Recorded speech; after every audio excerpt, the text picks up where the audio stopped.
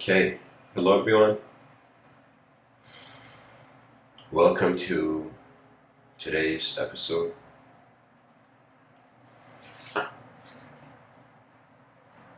The title is the world being an unknown mind? But to be honest, the first version of the title, if I read it for you, people are gonna laugh. The first I thought of titling the name of this episode on unknown conscious dwellers activated through known embodiments. Then I was like, okay, maybe maybe we should say is the world being an unknown mind. Maybe that's a bit easy, you know.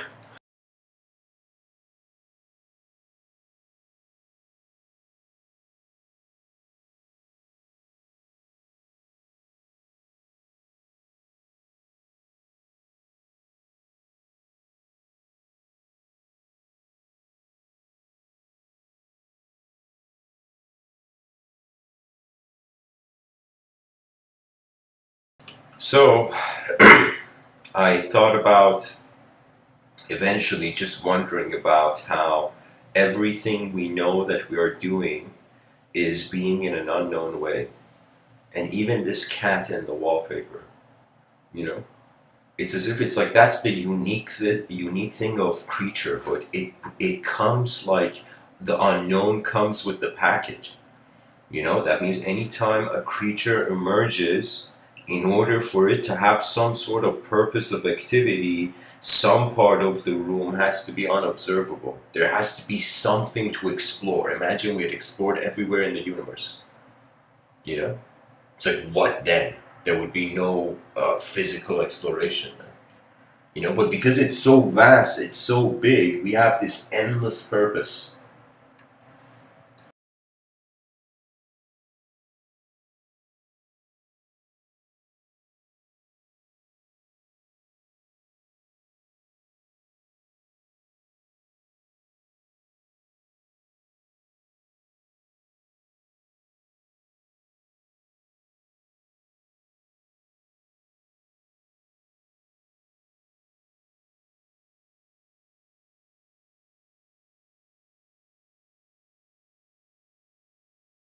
There's a quote from Manly P. Hall where he says, every soul, I'm reading this online, he says, every soul is engaged in a great work, the labor of personal liberation from the state of ignorance. The world is a great prison. Its bars are the unknown, and each is a prisoner until at last he earns the right to tear these bars from their moldering sockets and pass, illuminated and inspired, into the darkness which becomes lighted by that presence.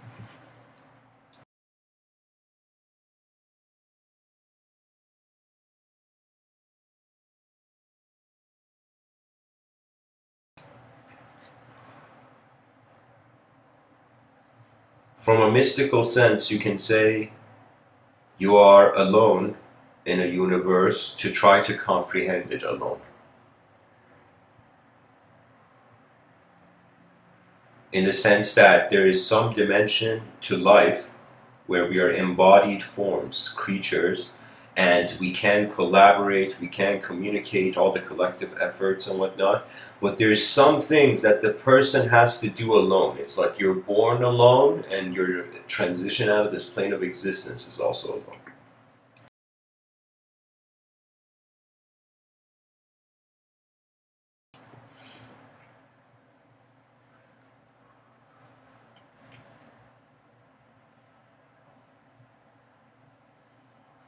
There's this ancient quote that says, when the child is born,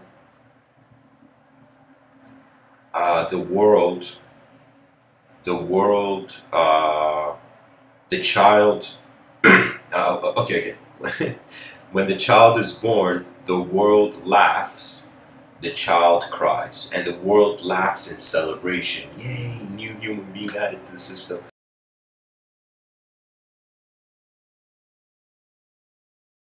But the second part of the quote says, when the child, that means when the man at the end of his life finishes, passes away, the world cries and the child laughs. So it's as if first we enter this system, we are unfamiliar to it, and those that are familiar to the system become aware of how we are the unknown here.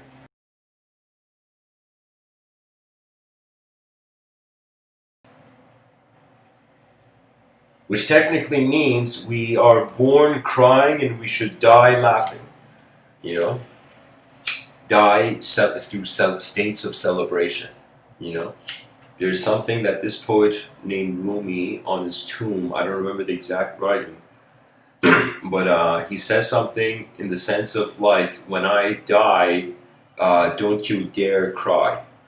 You should celebrate. Everybody should celebrate. Why? Because he has finished this grade. If this world was a school, that's how he was seeing it, as if he has lived life, saw what it was about, and moved on to the next phase of it.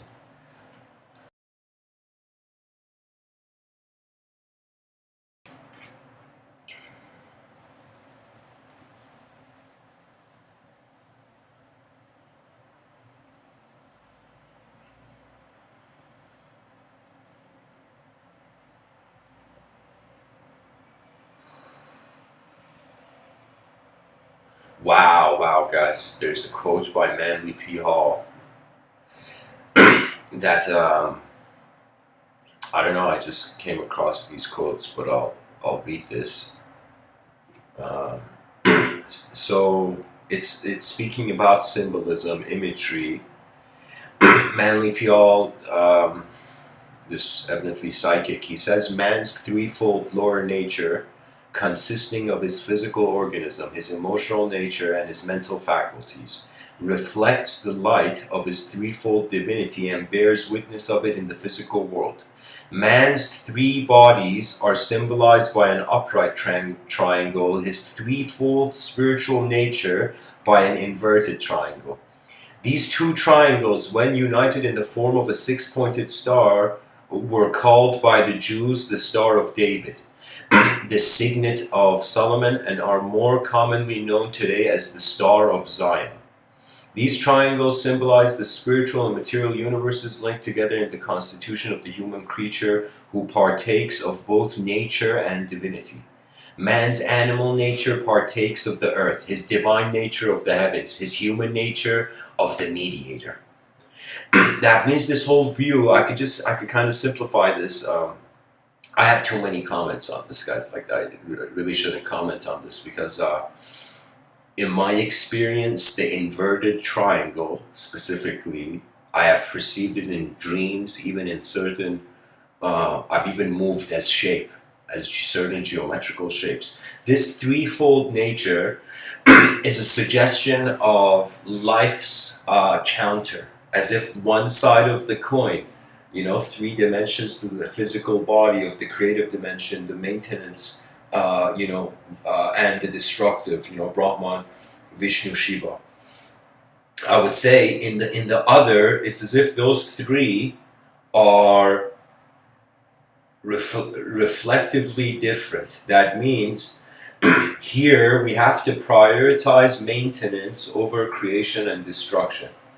But I would say on the other side of the coin, creation and destruction are more priorities than maintenance. So we may be creatures now that the meaning of our life is based on how we hold ourselves in this changing world. I feel there could be that in potentially, I'm saying nobody knows, but potentially in higher ways of being, it's the opposite, where life is not about its change. It's just complete creativity or complete destruction. Both of them end up being activity. That means anything done long enough, you will see all the angles of it. Let's say you're a person practicing, the violin. Okay? And every day you practice the violin, every day, to a point where your neighbors are going insane. You're like, okay, this definitely,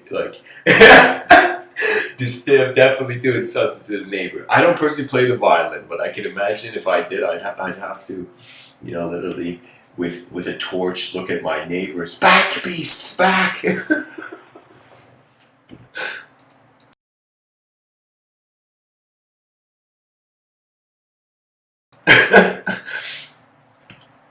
But really imagine if you were playing the violin every day, eventually you will have moments where you're excited with it, moments where you're bored, moments where you hate it, moments where you love it, but eventually all that exposure to the experience stabilizes you.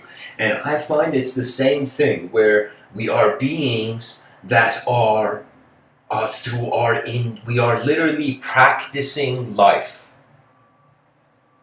We are life in practice. We're eternity practicing its temporal nature, you know?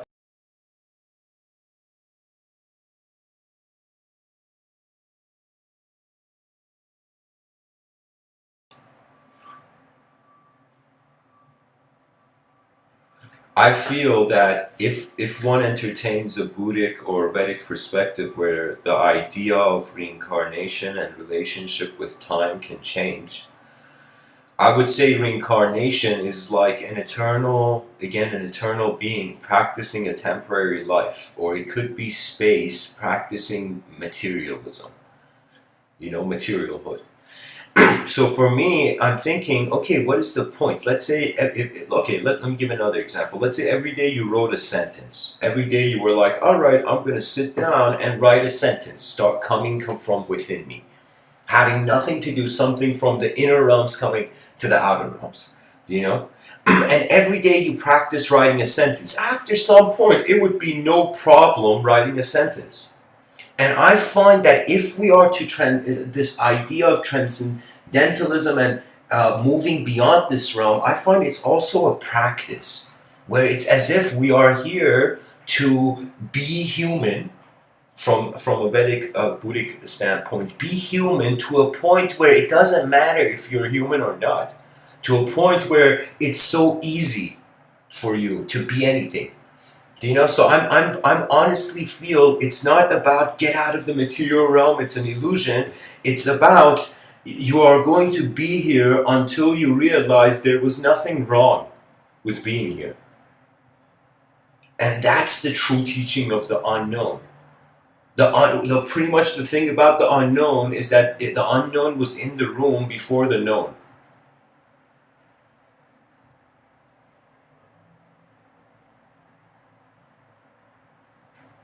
Guys, in the chat section says something. This dimension was a purgatory. It's not a purgatory. It's an airport. That means if you're stuck in an airport, sure, it could feel like purgatory, you know.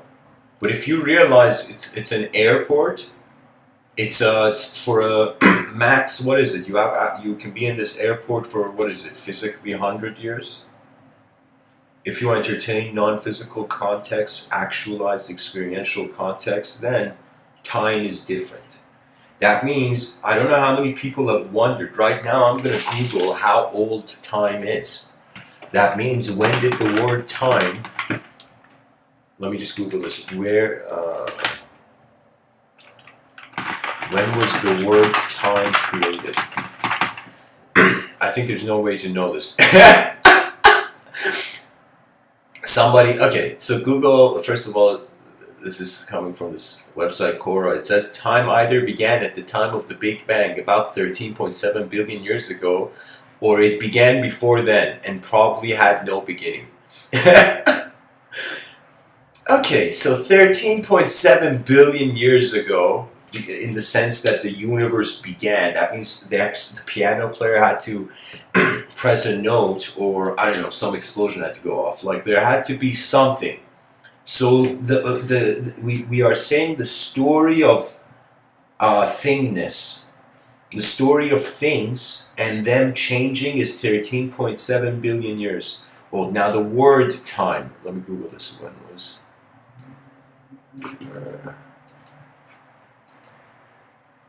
okay, there we go.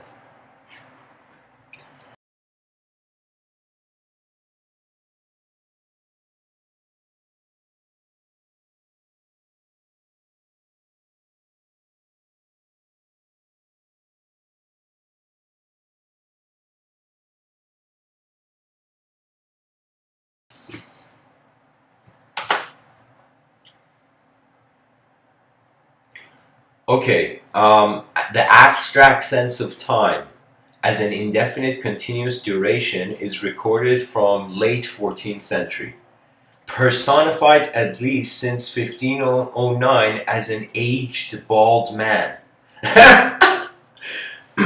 Wow. Carrying a scythe and an hourglass. That means in 1509, they saw time as an aged bald man carrying a scythe and an hourglass. That's so next level.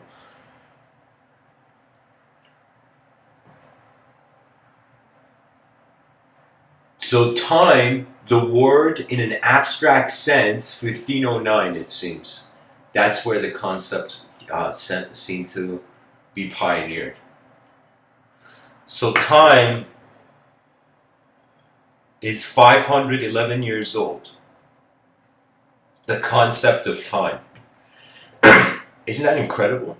This idea of time, it has been in as a concept 511 years.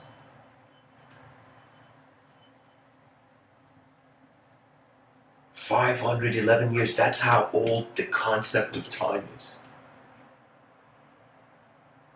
But when we think about time in regards to what does that concept imply, that concept implies 13.7 billion years. That means an idea that emerged 511 years ago has given us a sense that we existed 13.7 billion years ago. So an idea 511 years old, allows us to see ourselves as 13.7 billion years old. It probably was way back. I mean, I think this is saying the abstract sense of time. Like, what time is it? I would say 1509, that's the thing. But I totally know, like the Mayans and the Aztecs, like they had a sense of time, of course. But I don't think their time was, they were consciously acknowledging it as time. I think for them, maybe it was a sort of pinpointing of celestial shifts. But anyways,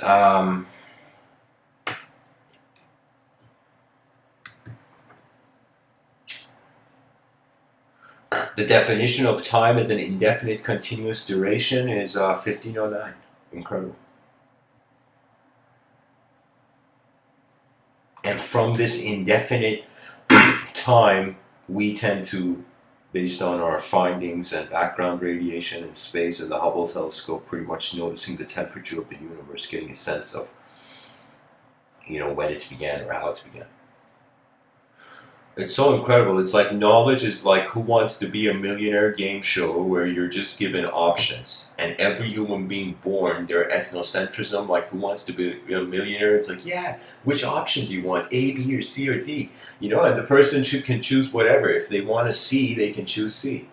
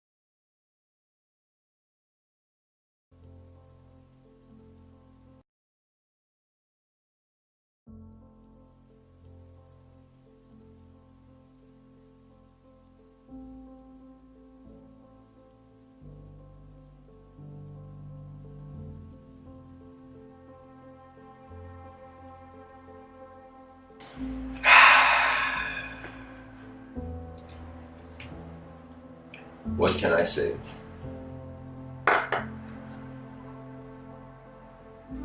We are an unknown source of movement.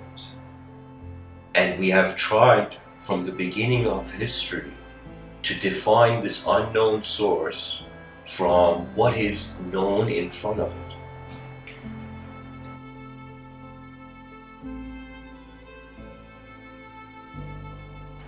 You know, using the biological body to come into just an understanding of mind alone is like using, it's like looking at a motorcycle cyclist, someone on a motorcycle, and thinking that by looking at the motorcycle you can tell who they are, you know? It's as if it's a totally different intent of motion. You know, there's a view that we're one person moving around in a world so big, or it could be that we are one moment and a world so big is moving through this one moment. You know, there are times where I find my eyes are in the universe, and there's moments where I find the universe is in my eyes. When the universe is in my eyes, I am a god before I am a god.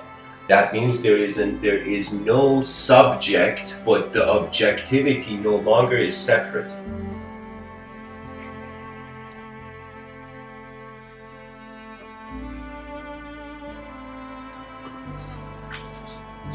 There is an unknown conscious dweller. And what that means is it's like we have opened our eyes inside a program, but certain parts of this program we program. That means I move my hand right now. That means it doesn't matter how the earth is spinning, it doesn't matter, what planets there are in other star systems. It's as if my hand moves in accordance to its causal position here. And so really we are fighting with nature so that we can be individuals.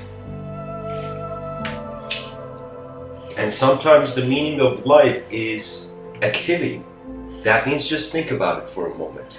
Let's say you had it's like you had just arrived here into the world. You had just teleported. Or let's say, I'll give an example. Let's say you teleport into a planet. You teleport into one of Jupiter's moons where certain astrophysicists have said potentially we can inhabit, you know. So imagine you just teleported on the moon of Jupiter, you know, and for me, opening my eyes in the day feels like teleportation. That means when I sleep and I wake up, I can notice I teleported.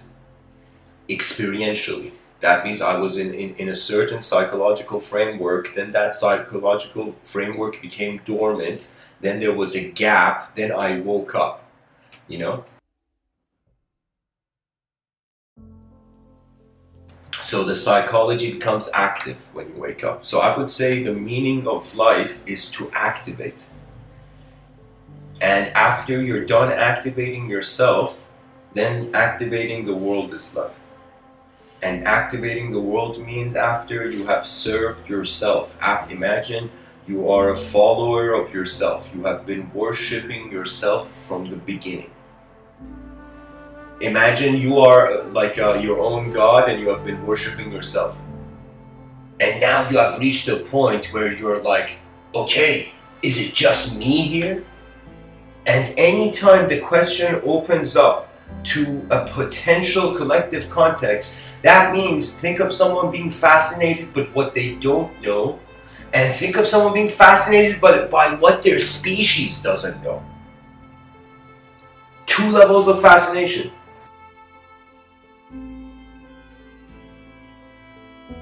So there are things that, let's say, the person doesn't know, there are things that the species, the world doesn't know. And if a person can start from what they don't know and somehow notice something the world doesn't know, that becomes important.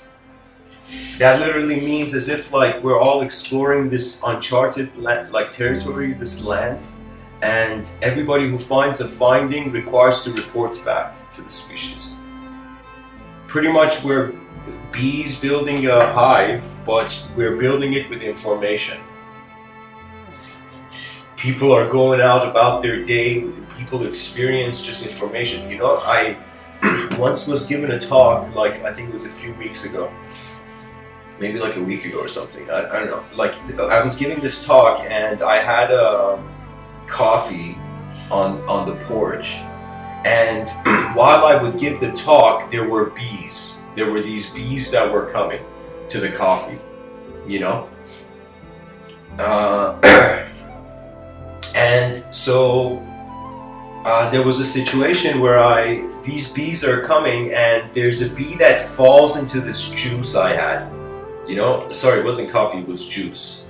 I had this juice and this bee falls in it. I remember I put my pen into the cup and the bee climbs my pen and gets out. And I was like, yay, I saved the bee.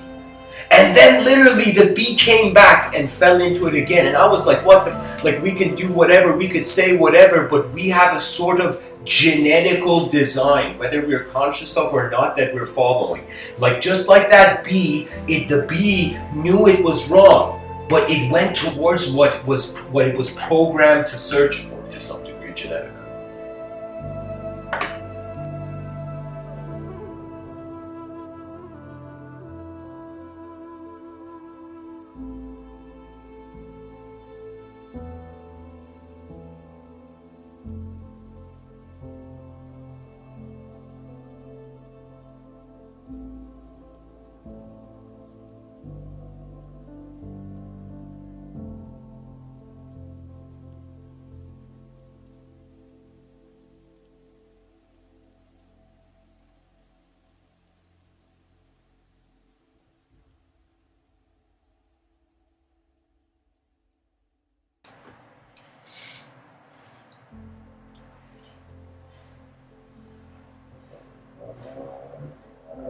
You know, on some level, I feel there's something where the whole species is missing out. And then there's some moments where I feel there's nothing we can miss out on. You know, when I think of it as we are energy, it's as if existence is just doing something strange, something that so many human beings have attempted to understand, but they can't. Because we choose the alphabet of our perception. We choose the language that can activate reality in our attention.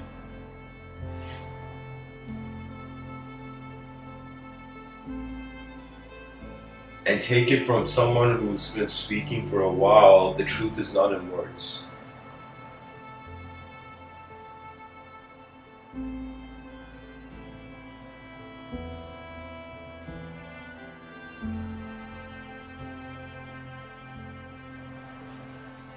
There was a quote from Eckhart Tolle.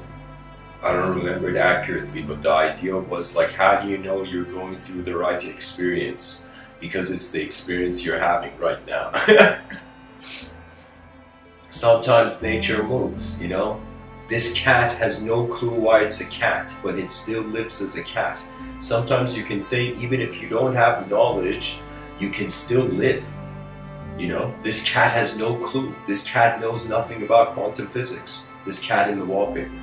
Do you know? Yet, it can abide by its nature and live. And we are designed in a world where if there was no intellect, it would inevitably still lead to the intellect. That means we don't have to fear knowledge and its loss. I feel nature is designed in a way where it just emerges intelligent forms, and these intelligent forms establish relationships once they have memory. And really that's what consciousness, at least to the brain, is. It's patterns lighting up. That means we don't see it, but imagine you could show the neurons firing up in the brain, the neural synapses, and you showed this on a way where the light could, imagine if you were in a dark room, suddenly your neuron shining, imagine from your head, like this is a ridiculous idea, but imagine your skull was made of glass and your skin was made of glass. and your blood was somehow transparent too. And only when the neurons made light, people could see what part of your brain, for example, let's say the neurons, there was a light we could perceive. I'm just saying, like, it would be so cool if we could see the patterns, the neural synapses echoed, literally projected out of us onto the wall, you know? It's like you look at this abstract art and you're like, wow, this is so beautiful. Who drew this? You know, who drew this abstract work of art? You know, and suddenly the person's like, bro, that's my brain photograph. That's like a scan. What is it? Like an MRI? It's not MRI, but a certain unique scan they have to see the neural firings in real time. So you see, it's just like we are a shape, most likely to implement this shape.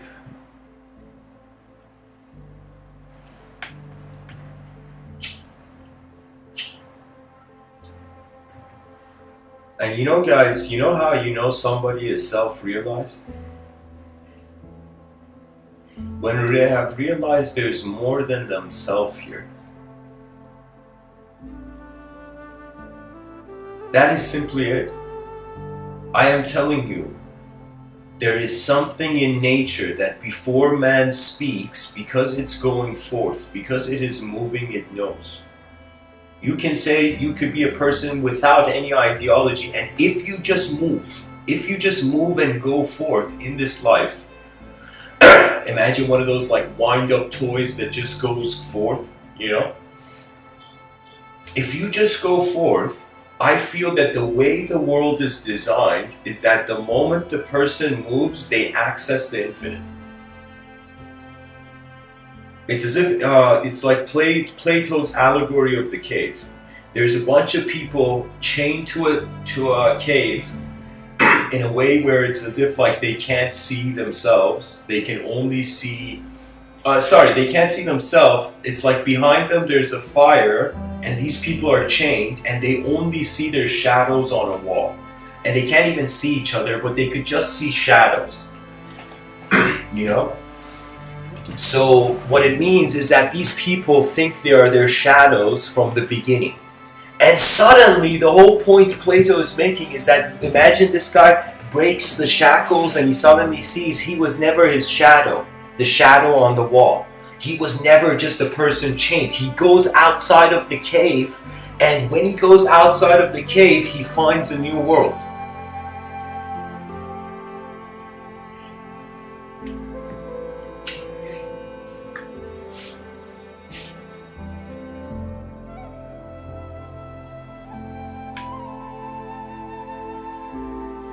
How remarkable is that? That sometimes if we can somehow find a way to move our attention beyond ourselves, outside of ourselves, we will find access to so many novel ways of living.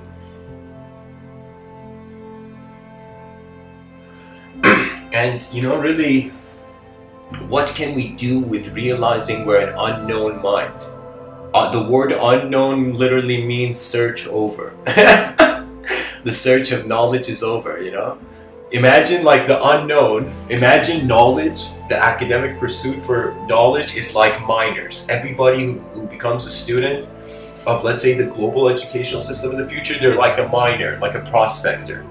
And so this miner's gone in the mine and suddenly they've come up to the unknown. They've been mining using whatever tools of knowledge we have. We've been mining and we've suddenly reached something where we've reached the unknown. And so, like the leaders of the mine are coming to the miners and like, what's going on? And the miners are like, yeah, so we just got to the unknown. What do we do? And you know, everybody has looked at the unknown and it's unknown. Technically, the word unknown is, you can say, a backup system to step out of language, the linguistic simulation. The word unknown is a glitch in the system of how we have been treating language as knowledge. It's the most beautiful word ever. It's honesty, is true honesty.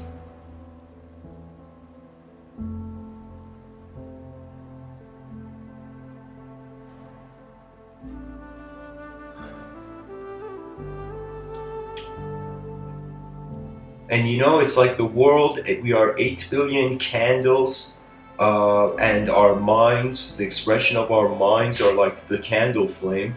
And so imagine 8 billion candles. You know you're going to melt one day, and it's not going to be the same sort of existence. And people in this world of ours are shy.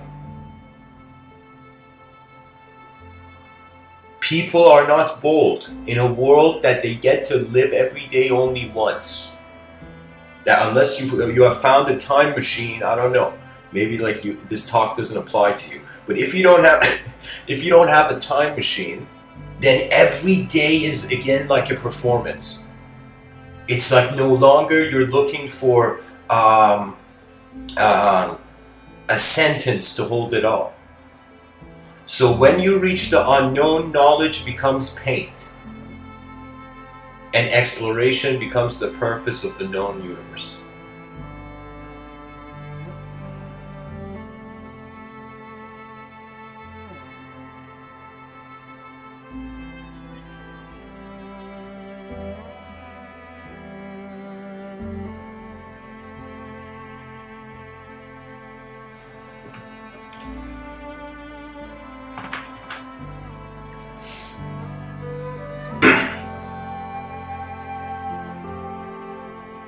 You know, sometimes you need to forgive the world, not because the world needs it, because you need it.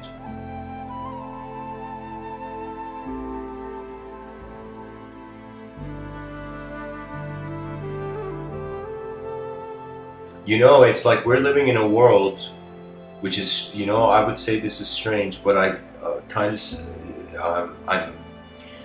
okay, there's some people who say for business, you can start a business assuming it's gonna fail and just reduce the chances of failure. So instead of the person having this unrealistic hope at the beginning of what they're doing, they are just seeing how the ship is gonna sink and how can they stop the ship from sinking, you know? And I would say it's a strategy Elon Musk used for his businesses. I think it's a very down-to-earth strategy, you know?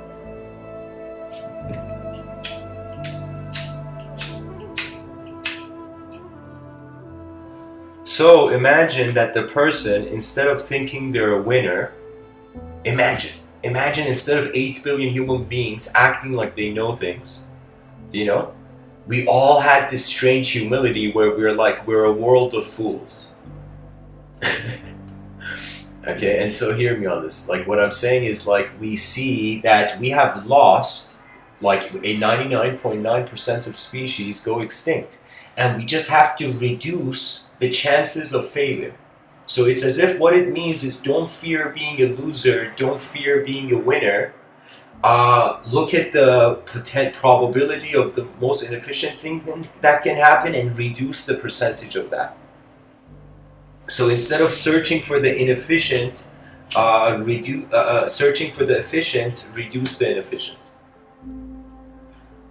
And I would say if we can have this kind of approach to the mind, that means we assume the mind is completely unknown. Everything is unknown. Nobody can know anything. But we are trying to reduce the percentage of our not knowing. So that means imagine a person wakes up not searching for knowledge. Oh my God, you know, where is knowledge? I gotta find it. Where, you know, which bookshelf is it on? You know, instead the person's like, I have no clue where I am. Let me see how I can reduce the unknown. So most people, they think they start from the known and they want to figure out the unknown. I would say, imagine you started from the unknown and you wanted to see what is known. And this is not limited by a method. No method can own the potential of the human mind changing. No method. It's a shame. It's literally, think of it this way. Think of it, there's no such thing as religion and science, that sort of disparity. Imagine Those are both methods. Imagine there is just ideological systems that occupy the person. That means imagine there was an alien. Okay, this may sound a bit intense. You know, mysticism isn't for the faint of heart. So, but I will tell you, imagine ideological systems of ideology that people are walking, you know, in the world under the impression of. Imagine an alien came down to Earth, and this alien was on the head of the person. Imagine everybody on the planet had an alien on their head. You know, like those scary movies we see. Okay? That would mean as if the person is under the command of something they are not. So when you realize you're not a thought, language doesn't shape you. You know you are present prior to shape.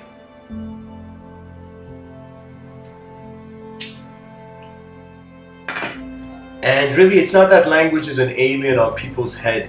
It's just that it's like a box. It's like a limitation. That means either you get to live or the concepts in your head. You know? You know, I mean, that's pretty intense, but I should say probably. I would say it like this. It's like language is, again, best metaphor fathomable, Iron Man suit. You stay in the Iron Man suit too long, it defeats the purpose of your biological existence. If the person just lives an intellectual life, they will feel like they have missed out. And if the person doesn't live an intellectual life, let's say they only live an emotional life, you only navigate in this life through emotions, you'll never get to see who you could have been with your greater effort. That is really the ultimate motivation. That means a person can come and say anything. Yay, guys, stand up from the chairs. But it's like, you see, the person has to become the source of their motivation. Something that is. Something that naturally the person is being becomes a powerful energy source, I would say. Becomes the source of power. That means, I'll be honest, anything I have said in these talks is because behind my eyes, at the edge of whatever I am, there is something real image. There is a real image there. That means the inner realm has a content that I could suddenly like leave the moment, and if I come back and remember the same image, I could get back to it. Even get back to all the thoughts around that theme, you know.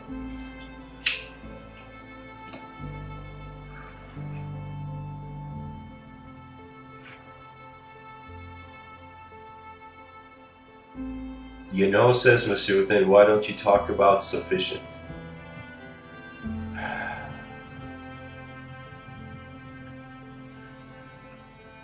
Sufficient for what? The inner realms or outer realms? There's certain things you can do, you can feel satisfied and complete. Like in the movie Batman, Joker created chaos. He felt like he was in heaven. He felt complete. He felt the moment was sufficient, but the world was in terror. And then Batman punched him in the face. And when Batman punched Joker in the face, Batman was like, yes, this is sufficient, you know? To the world it was sufficient, but to the Joker it wasn't. So it depends. Depends on where your eyes are starting from. That, you know, that really suggests how your consciousness activates.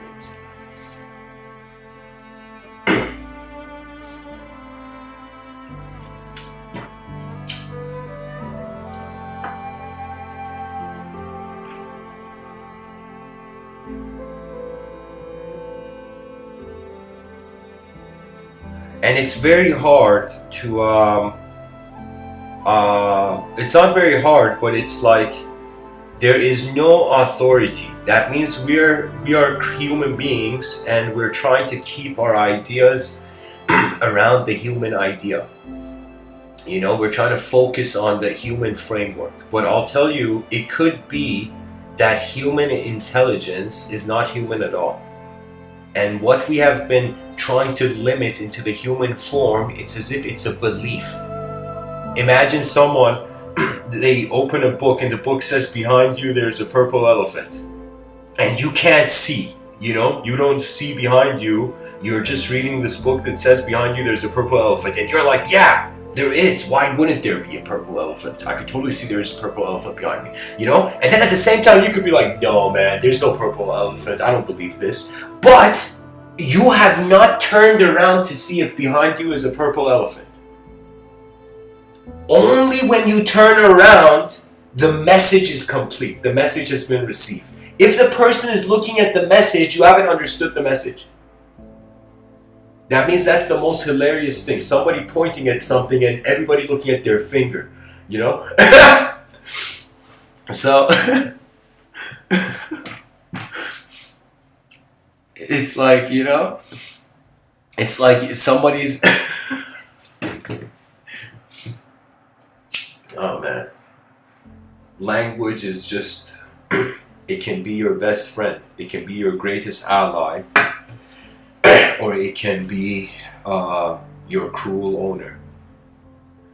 And really this is where there's a battle. There's a battle. I personally had this battle with my conditioning and all the ideas I was raised in. And that battle is, what do I listen to? To the emotion that the world wants, or to the emotion I am already being. And the emotion you're already being is like your direct experience, it's your inner house. And the emotion you feel to come, that is different. For me, I look at this cat, and you know what it tells me? It tells me that the point of life is not for this cat to be a good cat or a bad cat. The point of life is for this cat to get to actually, like a tourist, experience the journey. I will tell you, if the world is just built upon pillars of intellect, we will go extinct really quickly. There has to be just this attitude. Imagine all the leaders of the world, of all the nations, they came in the UN, and this was like a special breaking news, everybody, and suddenly we realized all the world leaders were like, we have all realized that actually everybody is a tourist in conscious existence. And so the only purpose, even when I'm saying an advanced civilization, is to make the experience, the tourist journey, better. That is the first goal, to try to make it that we're like, all right, people are here for a temporary while. What do you need? What do you need? That means imagine if anybody's been on a tour ride, like a proper tour ride, the tour guide is checking with the tourists. The tour guide who's responsible to show the tourists around is double checking, seeing if everybody has what they require, if everybody's having an experience. Maybe there's some tourists who have no idea what they're looking at. Then the tour guide, the advanced civilization, comes to them, and says, okay, you need this, that, we got you. If we have that kind of tourist agency nationalism, I will tell you, it's like it becomes a great place really quickly. We are smart enough to put down a fire. We can see a burning house, we can put down the flames, we can look at the inefficiency of civilization and put down the flames. It doesn't mean we may know what the best thing to do is, but we can at least notice the inefficiency. And human beings, we have a totally emotional dimension. I'm telling you, emotions are sometimes like divinity's Morse code.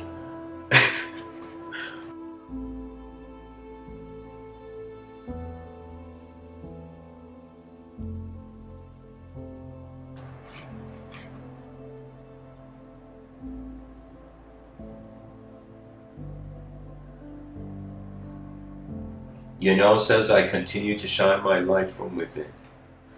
Yeah. That's, that's really this whole thing about within. I mean, first the inspiration for me was like, okay, technically everything is occurring within the brain. So what we are, how we are a subject, it requires light moving and then creature moving, like the brain moving. So it's like the light and brain need to be dancing with one another before we can be a subject, you know. And right now we are that subject so easily. You know, sometimes you could look back and wonder, what were my ancestors living for? What were just all our ancestors living for? What were they doing? You know? And you see that all they were doing was to continue a value they felt was important. I honestly feel everybody's psychology is being based on the priority of what they have considered to be most important. Sometimes when you lose, like you can say, sometimes there isn't evil, like the evil we could see in civilization is because the person has lost something, and because they've lost something, they think it's okay for people to lose it, you know? Imagine like a young child being badly hit, being violently abused. That child is gonna be like, okay, there was a human being that was okay in his mind to abuse me as a child. Then when I grow up, then that should be okay. You know what I mean? Like subconsciously, the person equates the evil as okay when it's done to the person. It takes a very strong will to go through, excuse my language, fucked up shit, and at the end still be sane to yourself. That means you realize, okay, whatever happened in the outer realms, my inner realms deserve to live here, you know?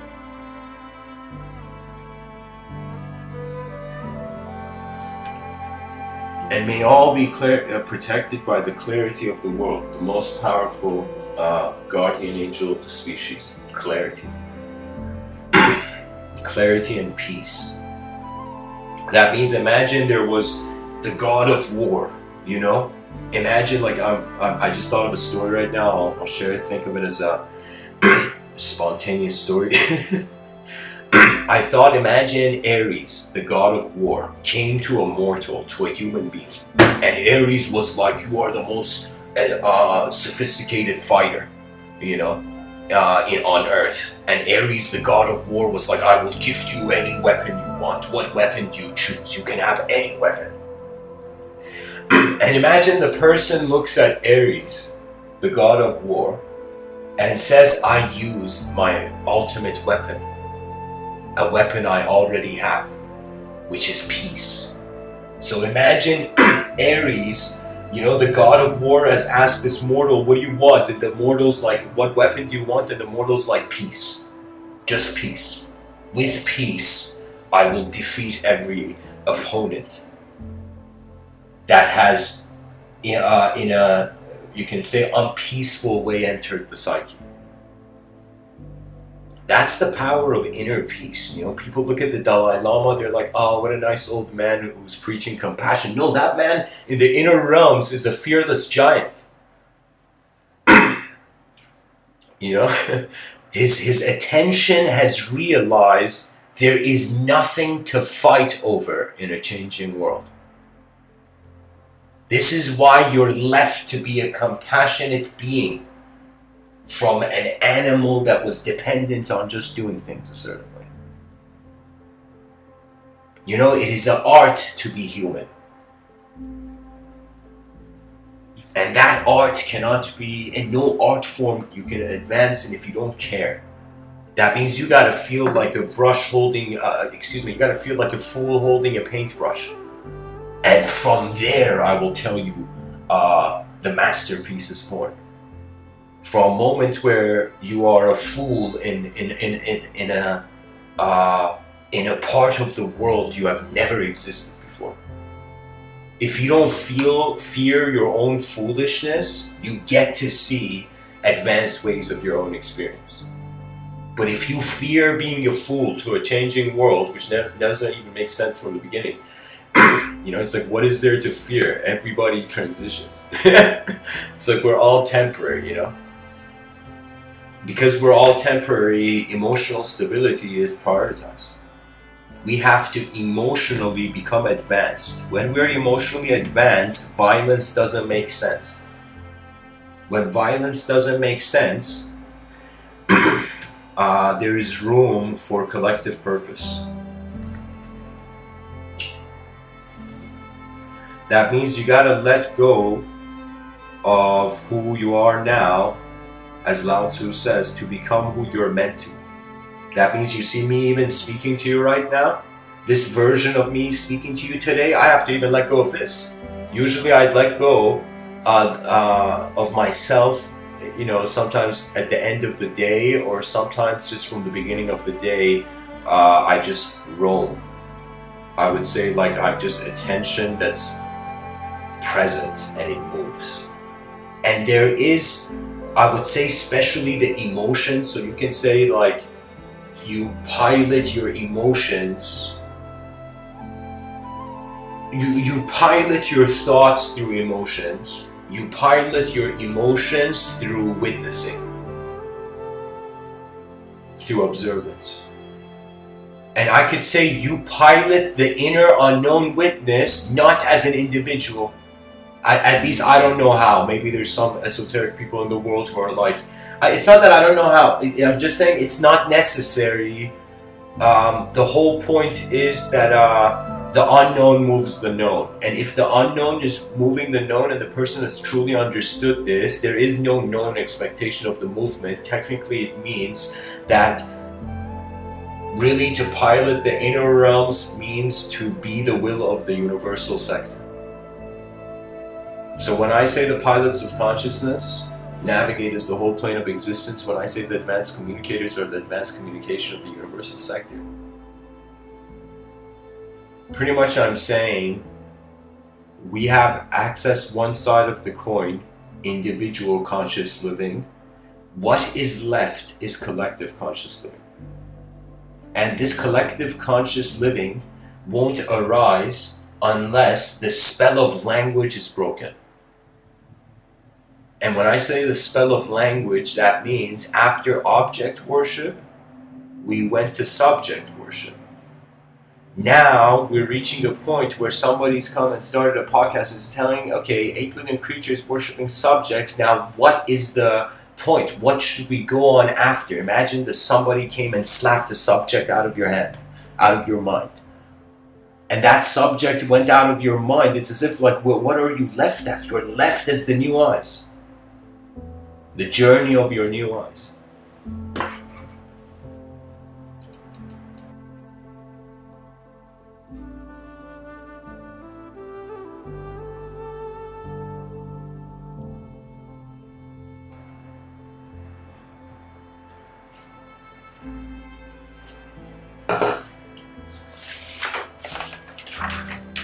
I can tell you I have experienced the unknown many times through writing, even through speech. Think of it this way, that like the roots of a tree in the soil that are not visible to the eye of man, it's as if your mind, its roots are in non-duality. Your mind is rooted in non-duality. Therefore, it's like the feeling of, it's like how we perceive energy cannot be created or destroyed. So the soul is like energy that cannot be created or destroyed. The mind is potential energy, kinetic energy. The body is the result of the mind's shift. That means the mind is like a potential, inner realm potential. It actualizes as an outer realm kinetic, energetic expression. So what does that mean? That means it's like I am technically not in my mind, I'm speaking before I speak. I feel like most people, we live in our minds before we actually express it in the outer realms.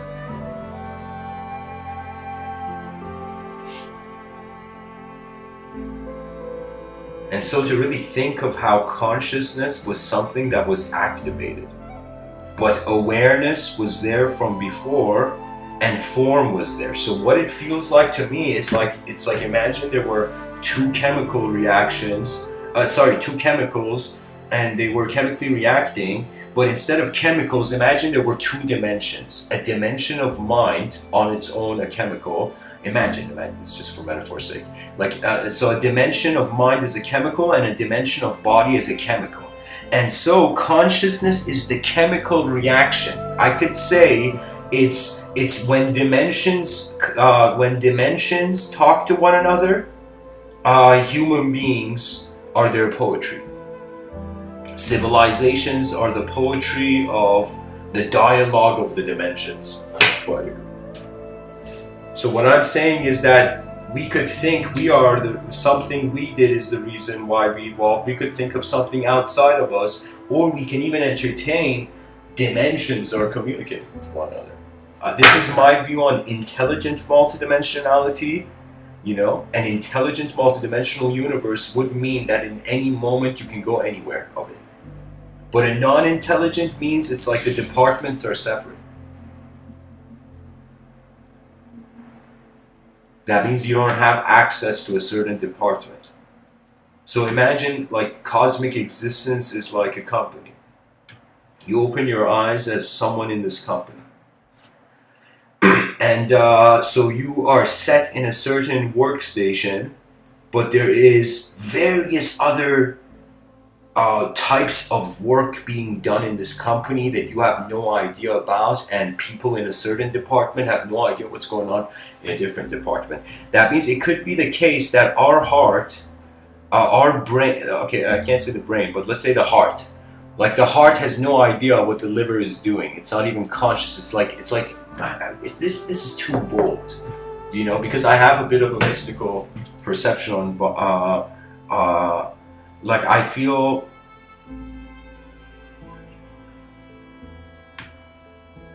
biology is the dream of eternity, from a mystical perspective. But but if I was to perceive matter in the room before they're material, then biology is pretty much the projector of truth.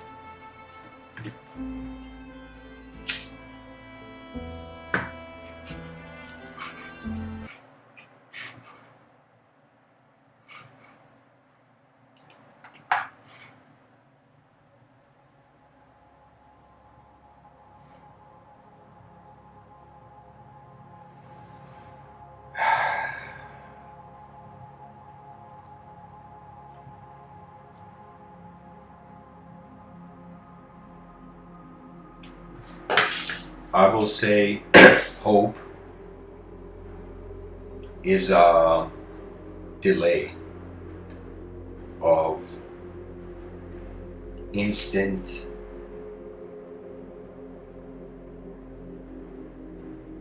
victory.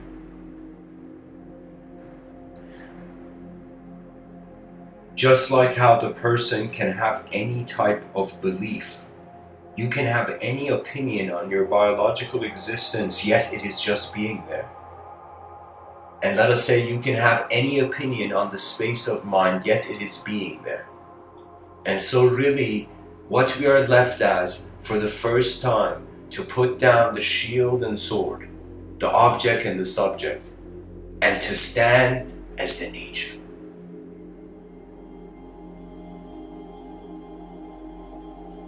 It's as if the truth of nature is, I would say, a presence where it's like a general walking in the room, and unless it says at ease, all the soldiers are kept in existential anguish.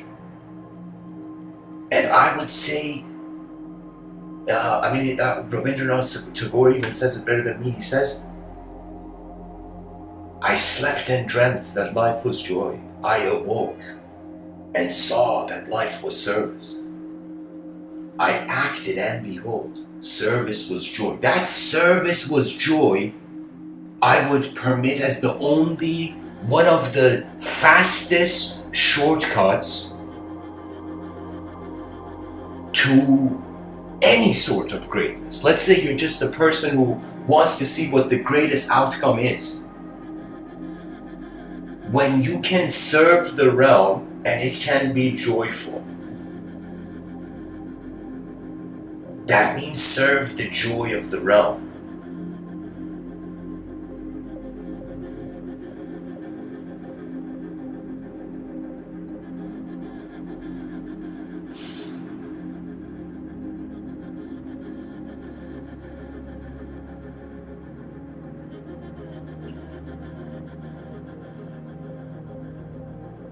there was a character in this show, actually two shows. It's a common theme in these Japanese comic-based shows. The character, there was this like decent person, and this decent person, suddenly something happens where they have a sort of like the one of the eyes of the person was different. And it was this ideal, as if one person had this eye of chaos and an eye of order. That means it was as if like a person between the power of two worlds. So there was this show called Tokyo Ghoul where the main character was like that, and then there was this other show where there was nothing wrong with the eyes of the character. But the character had a 5-leaf, I don't know, some sort of, pretty much the theme is, it's the power of the chaotic realms. And some people, I feel like a Texas Hold'em, are thrown into this world with having a bit of an eye for chaos. Now the whole point, I would say, is that if you can see through chaos and order, you actually are left in a place where your true sight is neither. It's neither or simultaneously both. But if you see just order, your true sight might be chaos. If you just see chaos, your true sight might be order.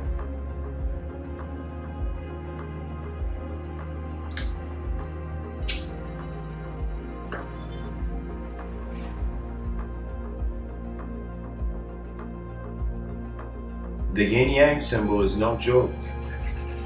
It's the truth of nature. Chaos and order in one moment.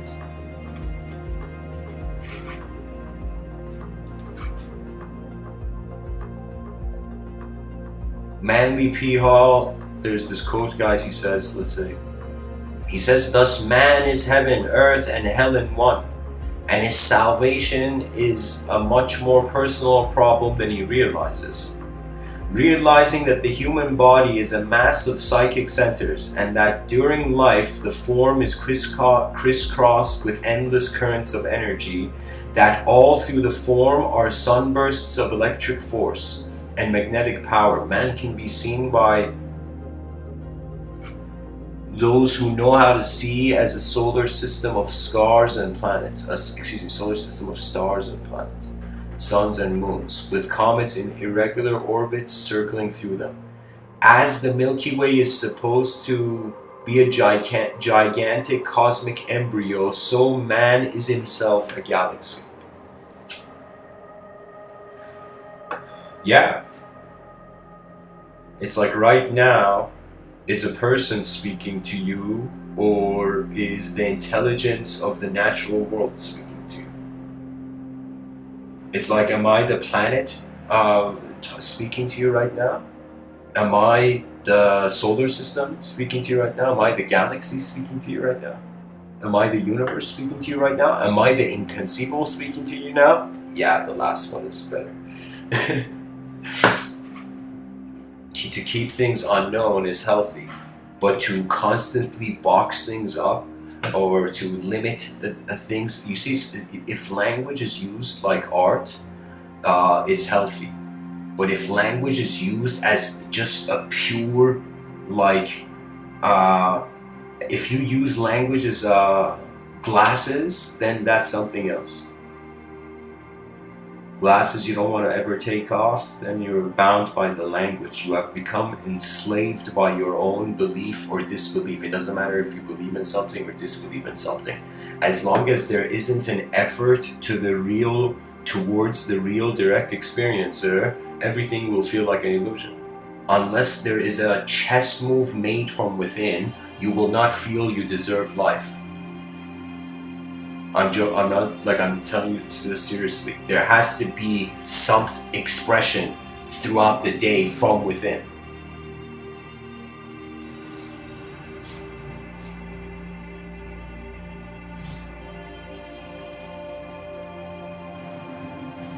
And honestly, when you realize the world moves beyond language, all the esotericism, all imagery and stories for the mystical, they just again become fingers pointing.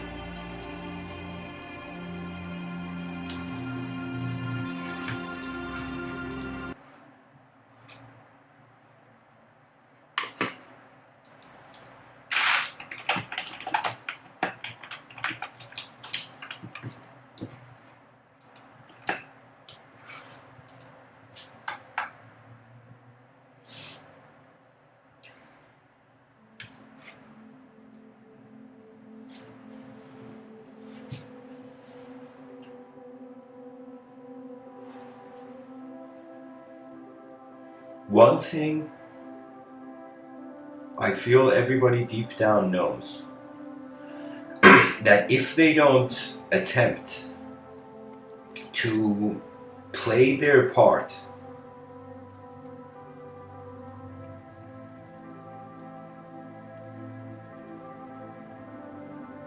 in the nature of things,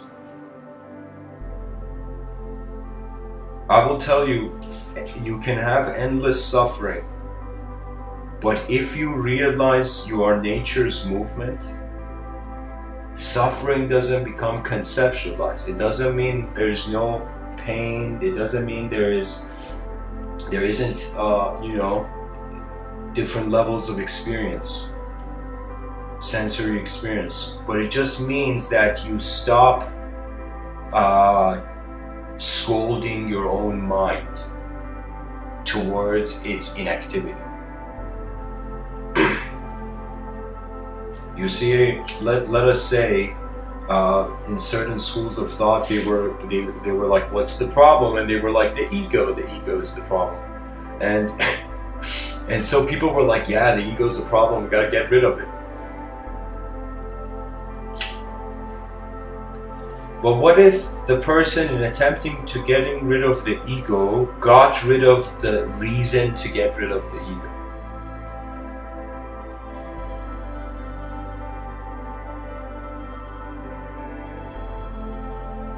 We have to be playful with the unknown. We have to be playful with the known, with what we know, and we have to be serious with the unknown. And if these two ideals are kept, knowledge will lift off. Incredible. I will tell you, we don't have the educational systems we find. We don't know. That's what I'm saying. Like, sorry, I'm speaking too fast.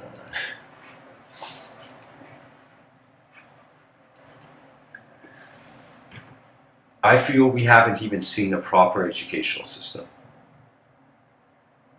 I feel that knowledge you can't have one doorway for 8 billion human beings.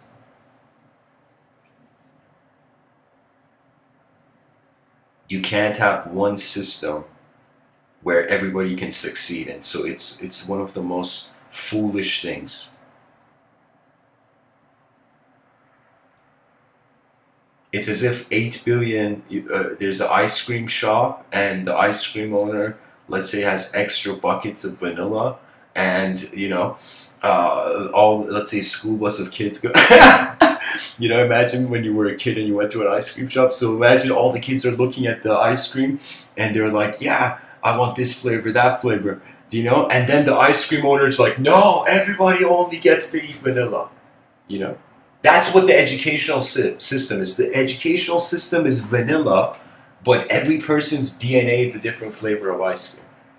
Do you see? Every person has a different desire for a different expression of their DNA.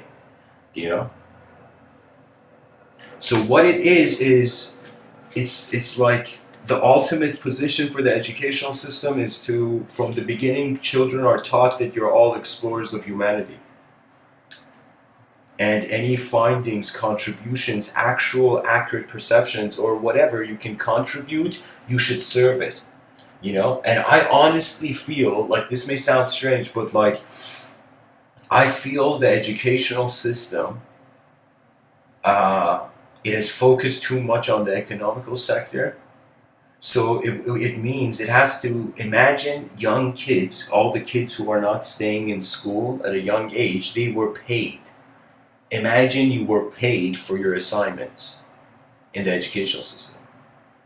And then imagine your assignments weren't like specific findings, they were global problems. And all teachers on the planet were, in some sense, imagine. I feel because the younger the child is, the imagination is more uh, wild. Global problems should be shared with young children. They may come up with the most unexpected world solutions.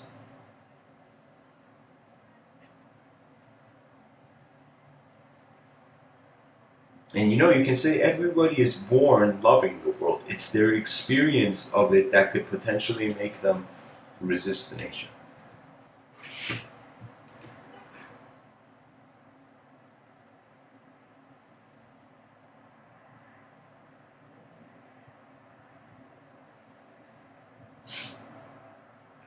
Is this whole world being an unknown mind?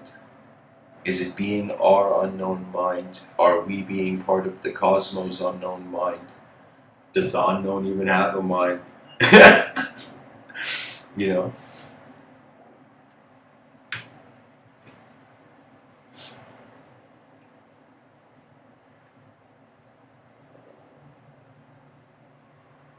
Or guys, a better metaphor than the ice cream would be like, imagine there's an empty auditorium and the person's going to the front to sit to see like this performance, and someone says you can't sit at the all the chairs of this auditorium are booked, you gotta go stand at the back, and all the chairs, imagine, are empty, you know, and you're just like imagine.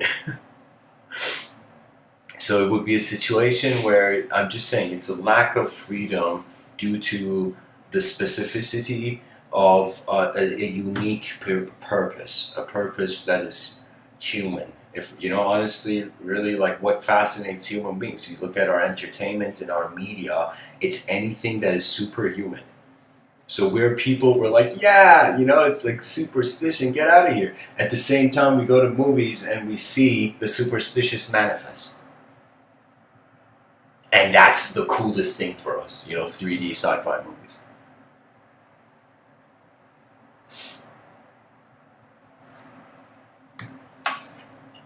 Honestly, if anybody, like if sci-fi 3D movies aren't prioritized in the entertainment industry, I would say, like, what is the entertainment industry doing? You know, it's pretty much, you can either repeat the past, remind the present, or show the future.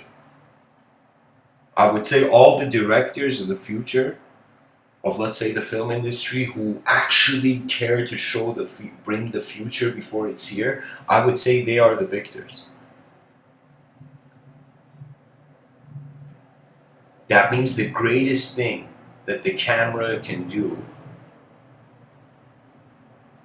is foreshadow.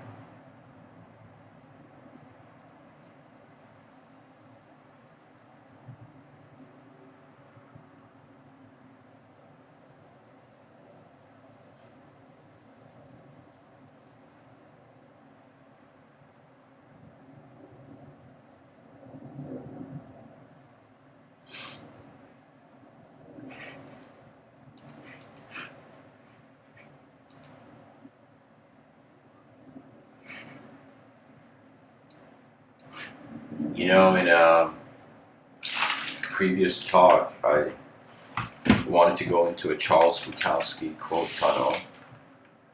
I feel now could be a good time.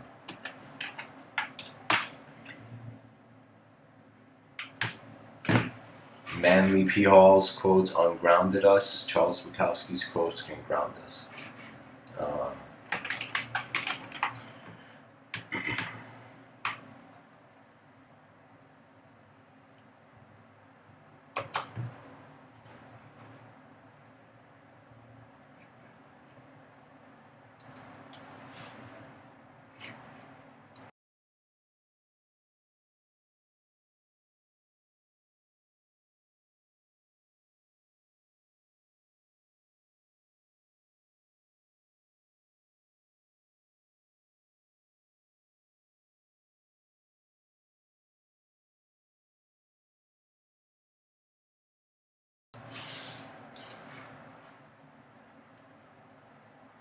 Charles Bukowski says, find what you love and let it kill you. Holy shit.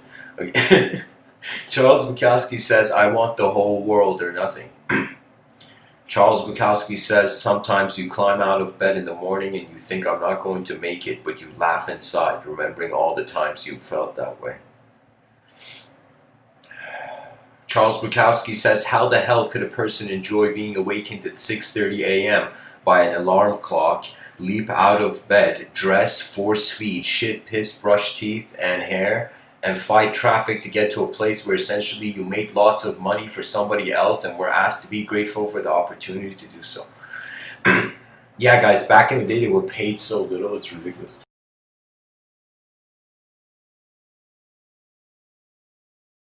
I mean, there was inflation and whatnot, but Charles Bukowski says, no light goes out until it goes out. Let's fight as men, not rats, period. As if rats in a rat race, you know. Charles Bukowski says, somebody once asked me what my theory of life was, and I said, don't try. That fits the writing too. I don't try, I just type. Wow. Wow. That's true presence. Charles Bukowski says, we are here to drink beer. We are here to kill war. We are here to laugh at the odds and live our lives so well that death will tremble to take us. Wow.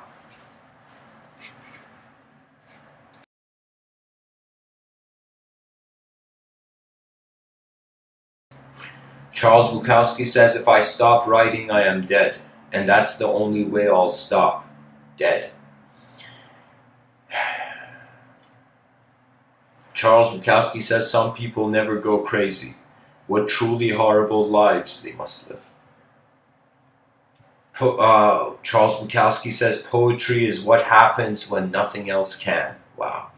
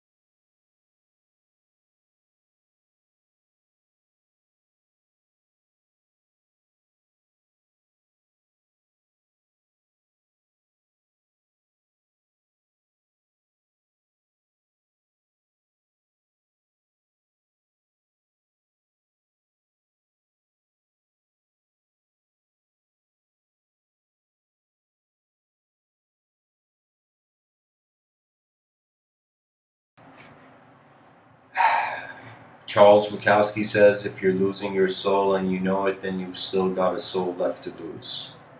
Charles Bukowski says, people are strange. They are constantly angered by trivial things, but on a major matter, like totally wasting their lives, they hardly seem to notice. Charles Bukowski says, it's better to do a dull thing with style than a dangerous thing without it. Charles Bukowski says, I guess the only time most people think about injustice is when it happens to them.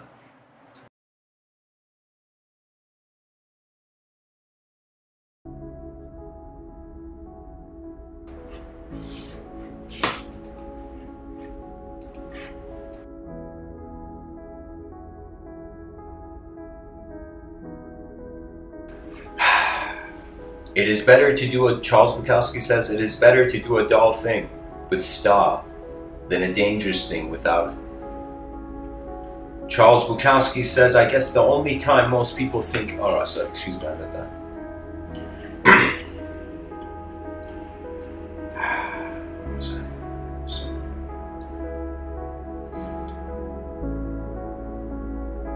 Sorry guys, I just lost the point. Just hold on. Okay, some people like what you do. Some people hate what you do. But most people simply don't give a damn. That is, I find that's true. I mean, most people, their eyes are their fascination. The journey of your eyes is more important than any artwork, really. That means I would say the best thing that these Mr. Within talks can be is a mirror.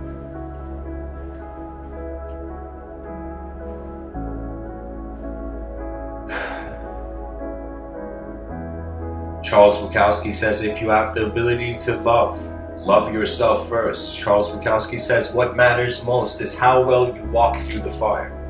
That is this is it. This is what I mean, life is like a performance. This quote is ultimate wisdom. I don't know if Charles Bukowski knows it or not, but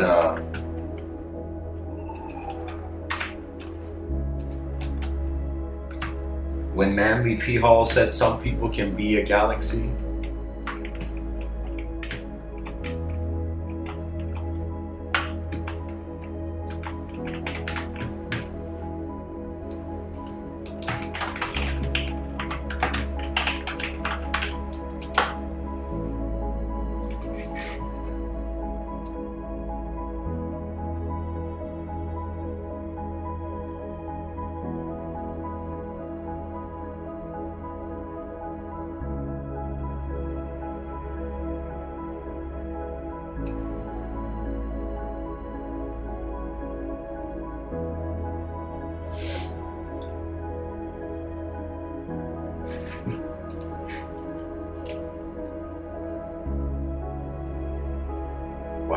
Charles Bukowski says, there are only two things wrong with money, too much or too little. Almost everybody is born a genius and buried an idiot. Charles Bukowski says, when I say that basically writing is a hard hustle, I don't mean that it is a bad life. If one can get away with it, it's the miracle of miracles to make a living by the typer.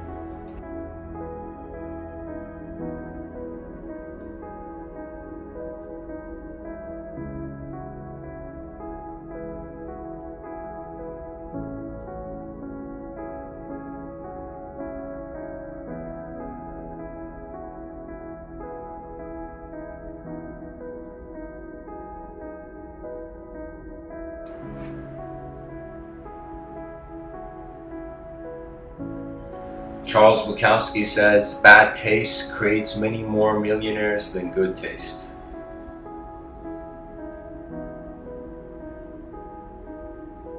Charles Bukowski says, in my work as a writer, I only photograph in words what I see.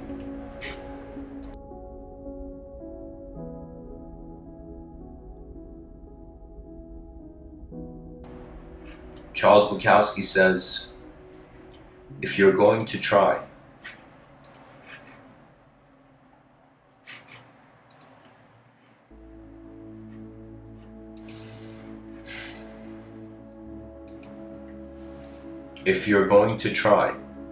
go all the way. Otherwise, don't even start. This could mean losing girlfriends, wives, relatives, and maybe even your mind. It could mean not eating for 3 or 4 days. It could mean freezing on a park bench. It could mean jail. It could mean derision. It could mean mockery, isolation. Isolation is the gift. All the others are a test of your endurance, of how much you really want to do it.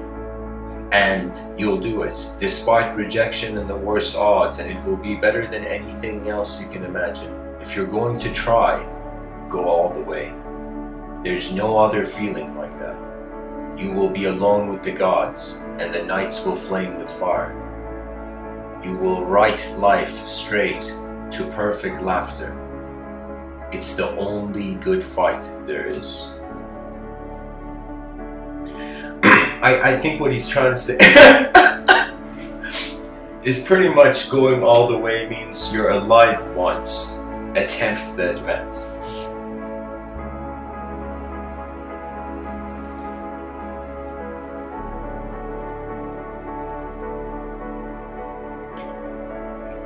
Charles Bukowski says it's when you begin to lie to yourself in a poem in order to simply make a poem that you fail. It's possible to love a human being if you don't know them too well. Charles Bukowski says, Charles Bukowski says, hey baby, when I write, I'm the hero of my shit. Charles Bukowski says, sometimes I've called writing... Okay, no, this sentence is too... Charles Bukowski was, for me, he's a legendary writer, but at the same time, you don't have to say everything. Charles Bukowski says, genius might be the ability to say a profound thing in a simple way.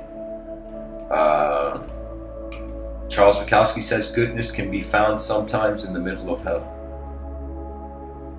Charles Bukowski says, you have to die a few times before you can really live. Charles Bukowski says, an intellectual says a simple thing in a hard way. An artist says a hard thing in a simple way.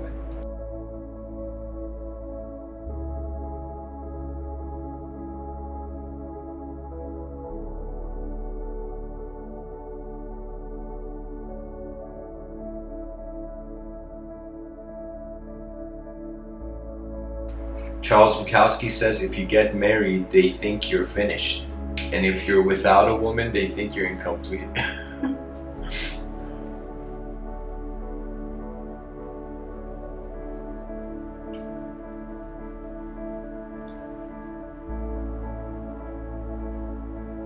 Wow, this quote is so incredible, guys. Charles Bukowski says, I remember awakening one morning and finding everything smeared with the color of forgotten love.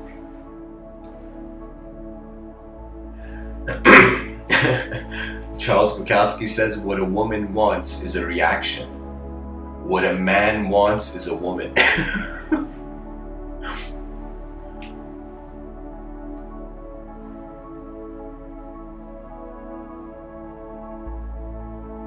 Charles Bukowski says, you begin saving the world by saving one man at a time. All else is grandiose romanticism or politics.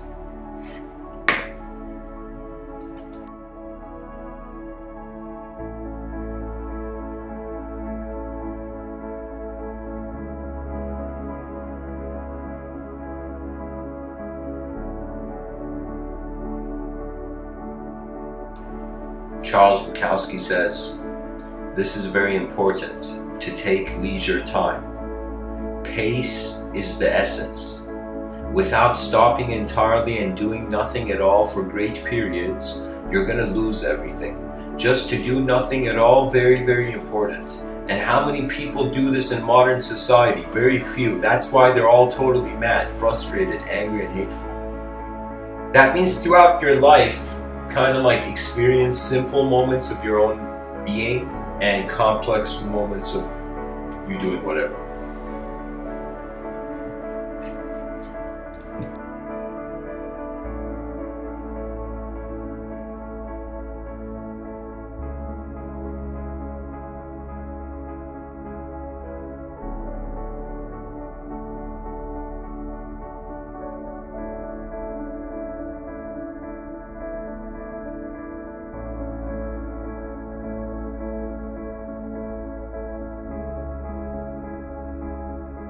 And actually, last but not least, let's make this the last quote. He says, those who have been writing literature have not been writing life.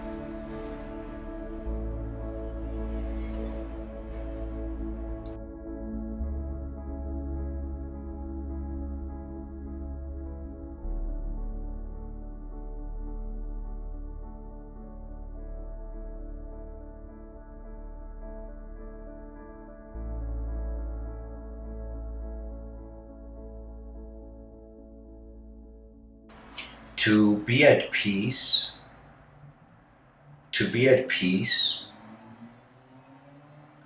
let's say to be at peace with the ultimate,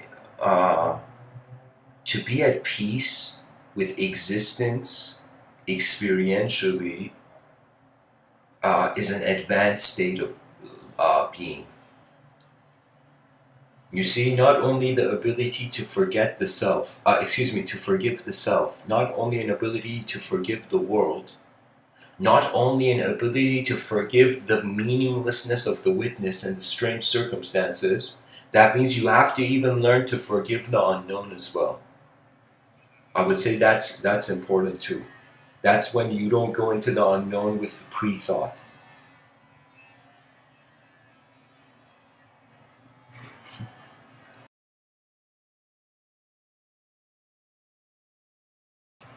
It's like minds communicate to bodies through voices, souls communicate to minds through films, through inner films, inner signals. This could be a way of saying it, maybe. Anyways, guys, is the world being an unknown mind? Well, the mind is still unknown to us, so yeah. And consciousness does activate. You know, this cat doesn't have to freak out. If this cat wants to be as advanced as a human being, do you know how much this cat is going to suffer? If people look at this cat and they're like, cat, you got to save the world. This cat's going to be like me? You know?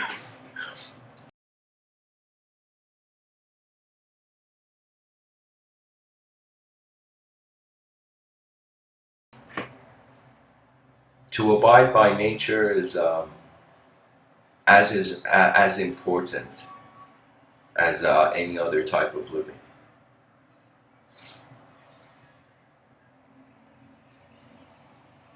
And when you become the pilot of your mind, the sense of self changes so instantaneously, so it's so evocational, that there is nothing to fear. There's this endless familiarity with being space where phenomena changes in.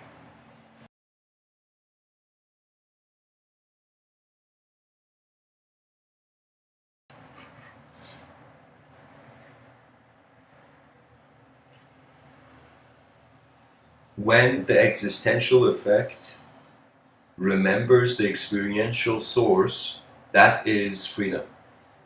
Freedom from any form, any circumstance. The unknown is the edge of knowledge. So that means, and even the world being an unknown mind, that means, like, are we the imagination of the gods?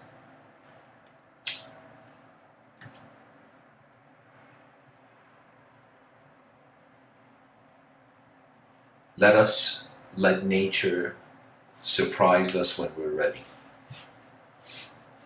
Thanks for listening. Blessings.